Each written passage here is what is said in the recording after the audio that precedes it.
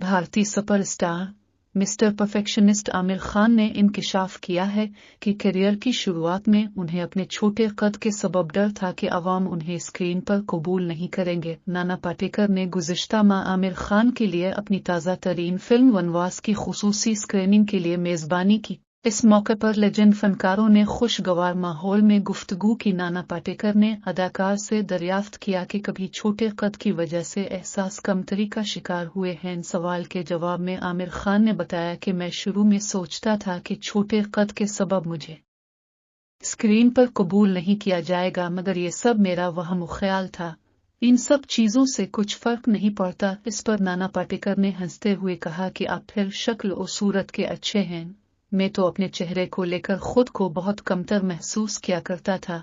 इस चेहरे से मैंने 50 साल तक इस इंडस्ट्री में काम किया है। अच्छा काम मेरी कामयाबी का सबब बना।